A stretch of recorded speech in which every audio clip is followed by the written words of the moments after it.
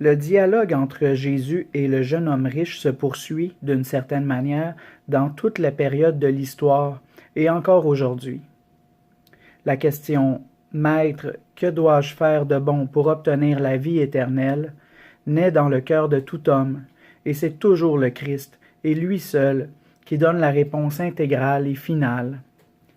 Le Maître qui enseigne les commandements de Dieu, qui invite à sa suite et qui accorde la grâce pour une vie nouvelle, est toujours présent et agissant au milieu de nous selon sa promesse, « Et voici que je suis avec vous pour toujours jusqu'à la fin du monde. » Matthieu 28, 20.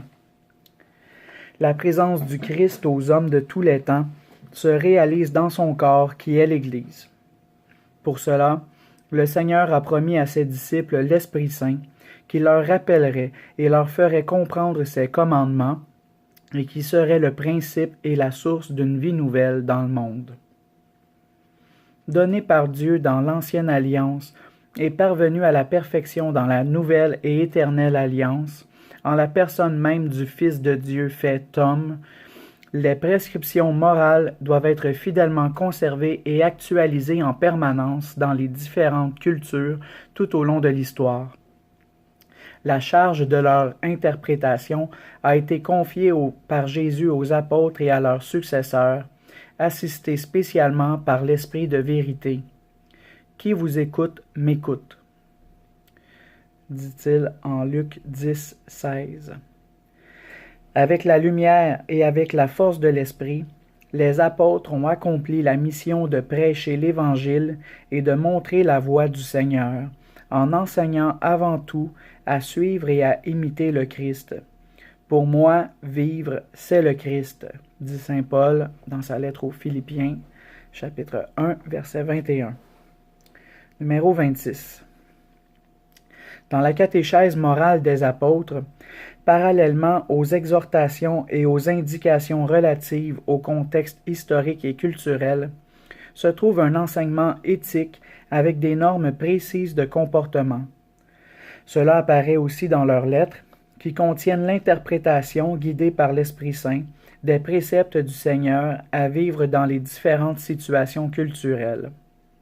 Au début de l'Église, chargés de la prédication évangélique, les apôtres ont veillé sur la rectitude de la conduite des chrétiens, en vertu de leur responsabilité pastorale, comme ils ont veillé également sur la pureté de la foi et sur la transmission des dons divins par les sacrements.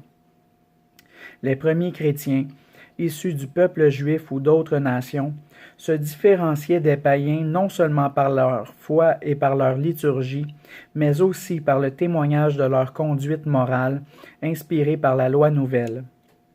En effet, l'Église est en même temps communion de foi et de vie. Sa norme est la loi opérant par la charité, qu'on retrouve en Galates 5, 6. Aucune déchirure ne doit briser l'harmonie entre la foi et la vie. L'unité de l'Église est blessée non seulement par les chrétiens qui refusent ou déforment la vérité de la foi, mais encore par ceux qui méconnaissent les obligations morales auxquelles l'Évangile les appelle. Avec fermeté, les apôtres ont refusé toute dissociation entre l'engagement intérieur et les gestes qui l'expriment et le confirment. Se référer à la première lettre de Jean, chapitre 2, versets 3 à 6. Et depuis les temps apostoliques, les pasteurs de l'Église ont dénoncé clairement les manières d'agir de ceux qui étaient des fauteurs de division par leurs enseignements et par leur comportement. Numéro 27. Dans l'unité de l'Église, promouvoir et garder la foi et la vie morale, c'est la tâche confiée par Jésus aux apôtres, tâche qui se poursuit dans le ministère de leurs successeurs. C'est ce que l'on retrouve dans la tradition vivante, par laquelle, comme l'enseigne le Concile Vatican II, l'Église perpétue dans sa doctrine sa vie et son culte, et elle transmet à chaque génération tout ce qu'elle est elle-même, tout ce qu'elle croit. Cette tradition qui vient des apôtres se poursuit dans l'Église sous l'assistance du Saint-Esprit. Dans l'Esprit, l'Église accueille et transmet l'Écriture comme témoignage des grandes choses que Dieu opère dans l'histoire. Confère Luc 1, 49. Elle confesse par la bouche des pères et des docteurs la vérité du Verbe incarné. Elle met en pratique les préceptes et la charité dans la vie des saints et des saintes et dans le sacrifice des martyrs. Elle célèbre l'espérance dans la liturgie. Par cette tradition, les chrétiens reçoivent la voix vivante de l'Évangile comme expression fidèle de la sagesse et de la volonté divine. À l'intérieur de la tradition, avec l'assistance de l'Esprit Saint, se développe l'interprétation authentique de la loi du Seigneur. L'Esprit qui est à l'origine de la révélation des commandements et des enseignements de Jésus veille à ce qu'ils soient gardés saintement, exposés fidèlement et appliqués correctement dans tous les temps et dans toutes les situations. Une telle actualisation des commandements est le signe et le résultat d'une profonde intelligence de la révélation et d'une bonne compréhension à la lumière de la foi des nouvelles situations historiques et culturelles.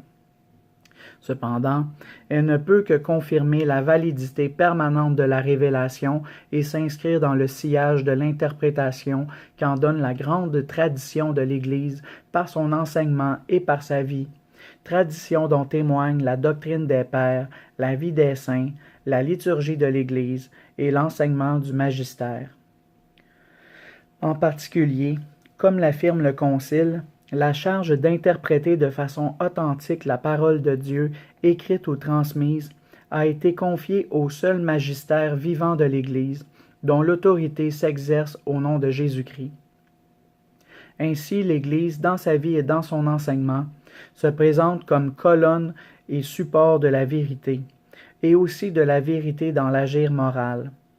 En effet, il appartient à l'Église d'annoncer en tout temps et en tout lieu les principes de la morale, même en ce qui concerne l'ordre social, ainsi que de porter un jugement sur toute réalité humaine, dans la mesure où l'exigent les droits fondamentaux de la personne humaine ou le salut des âmes.